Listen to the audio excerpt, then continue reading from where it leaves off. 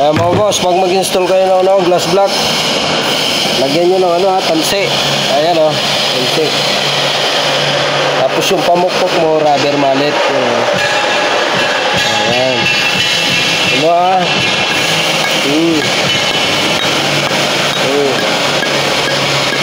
Ayan.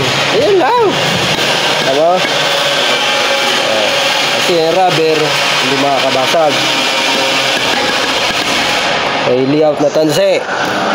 Tapos rubber mallet.